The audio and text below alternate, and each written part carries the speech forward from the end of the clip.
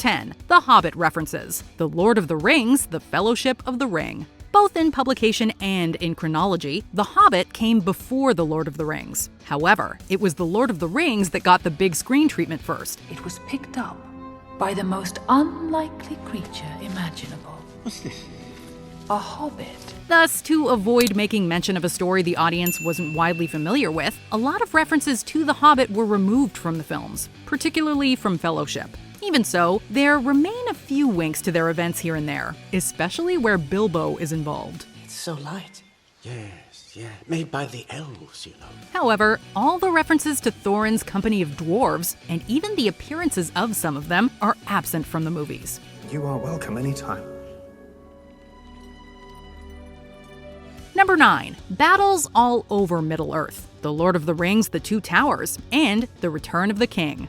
As epic as the film battles are, they only scratch the surface of all the ones present in the books. The War of the Ring is a true world war, with battles happening all over Middle-earth.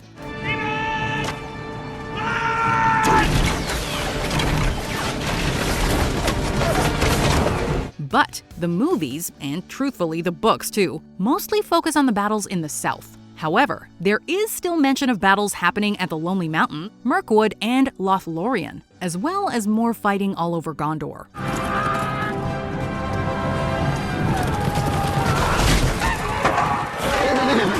As cool as it would have been to see Thranduil lead his elves into battle, this is once again an instance of things from The Hobbit being cut.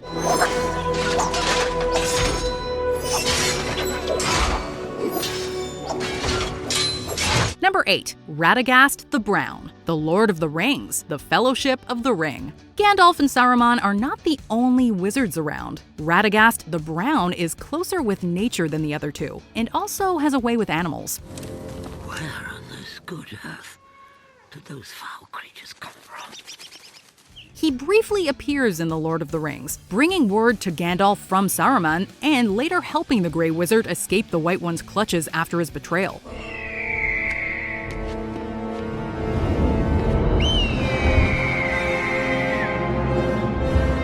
The appendices also elaborate on Radagast's history and his role in both this story and in the events of The Hobbit. However, it wouldn't be until the film adaptation of The Hobbit that we got to see Radagast on screen in all his unique glory. I followed their trail. They came from Dol Guldur. Number 7. Bill Ferny, The Lord of the Rings, The Fellowship of the Ring, and The Return of the King. Speaking of missing characters, a lot of minor ones got the axe in the film trilogy. In the books, Bill Ferny is an unscrupulous human from Bree. While the movies depict Bree as somewhat sinister in general, in the novels it's much more hospitable. And it's only thanks to unscrupulous people like Bill that the hobbits are put on edge. He sells them out to the Nazgul, and works as a spy for Saruman.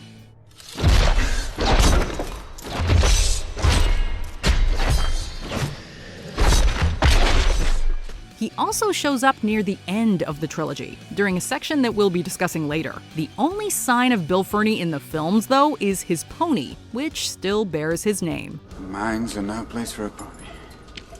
Even one so brave as Bill. Bye-bye, Bill. Number 6. Denethor's Palantir Insanity. The Lord of the Rings, The Return of the King. Denethor is the steward of Gondor, as well as the father of Boromir and Faramir. A proud and judgmental man, Denethor is nevertheless a good leader, at least before the War of the Ring. Leave me.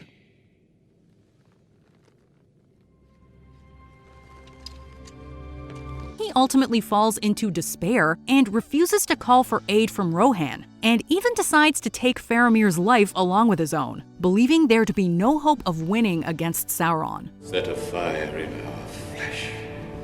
While the movies paint this as garden variety fatalism and gradual insanity, book readers know it's more than that. Denethor has actually been using one of the Palantir, or Seeing Stones, to spy on enemy movements. Much like Saruman, Denethor falls under Sauron's influence while using it, driving him mad. But against the power that is risen in the east, there is no victory. Number 5. Baragond, The Lord of the Rings, The Return of the King. The source of Denethor's madness was not the only thing missing from Minas Tirith. Minas Tirith, City of Kings.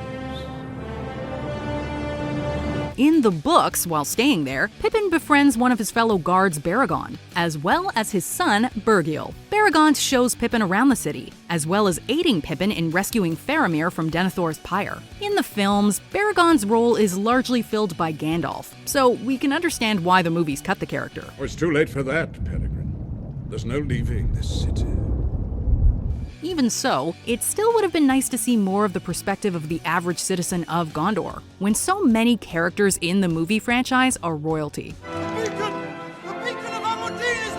Number 4. Sam and Frodo's Visions, The Lord of the Rings, The Fellowship of the Ring. In Lothlorien, the Fellowship meets Galadriel. The ancient elven queen has magical abilities beyond most other elves. Through a basin of water, or a mirror, she is able to show people the past, present, and possible futures. Even the wisest cannot tell, for the mirror shows many things. Or, as she says, Things that were, things that are, and some things that have not yet come to pass. in the films, only Frodo looks into the mirror. He sees a potential future of the Shire in flames, as well as the Eye of Sauron.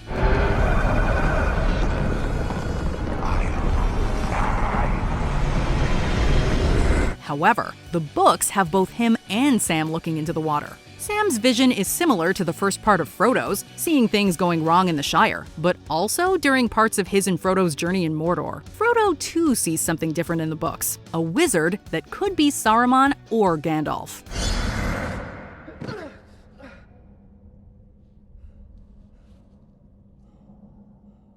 Number 3. The Barrow Downs, The Lord of the Rings, The Fellowship of the Ring. The Hobbit's journey from the Shire to Bree is much longer in the books. On the way, they pass through the Barrow Downs. Half the stories I've heard about the Barrow Downs are true.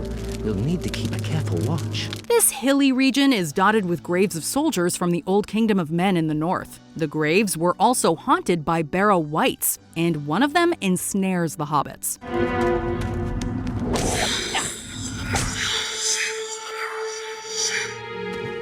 Fortunately, they're rescued by someone we'll be discussing soon. It's understandable that this portion of the story was cut, though, since the journey to Bree and then on to Rivendell is already fraught with danger and spooky foes.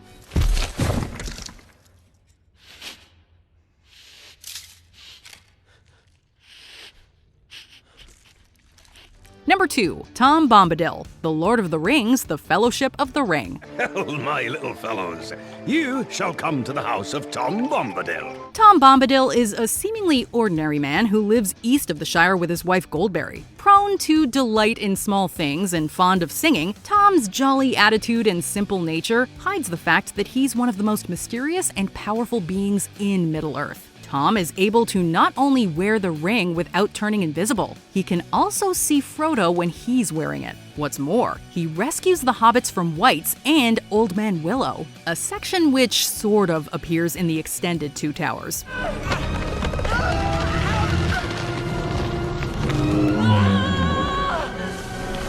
It does remove some of the ring's mystique to have a strange fellow who lives in the woods able to wear it without consequence, so it's perhaps understandable why Peter Jackson chose not to include Bombadil. His precious ring has no power over Tom Bombadil.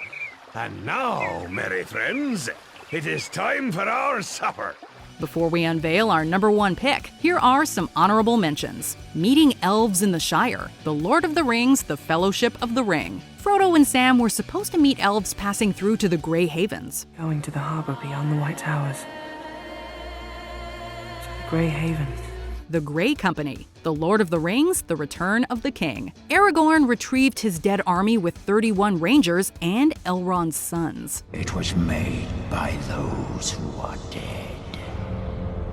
And the dead keep it. Fredegar Fatty Bolger, The Lord of the Rings, The Fellowship of the Ring, and The Return of the King. The 4 hobbits originally had a 5th friend who stayed behind.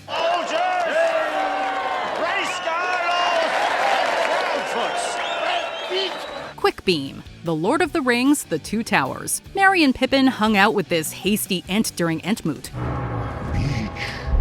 Oak, chestnut ash, good, good, good. long many have come.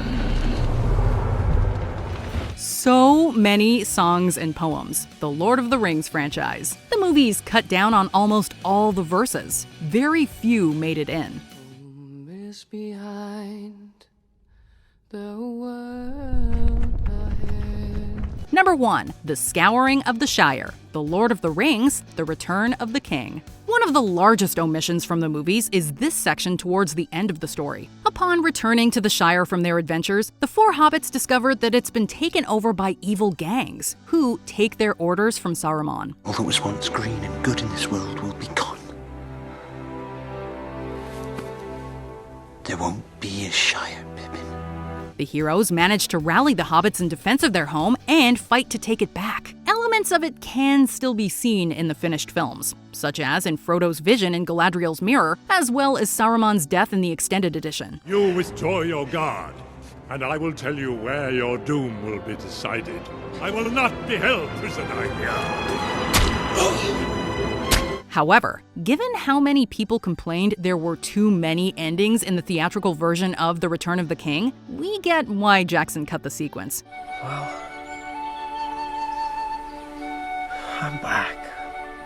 Do you agree with our picks? Check out this other recent clip from WatchMojo, and be sure to subscribe and ring the bell to be notified about our latest videos.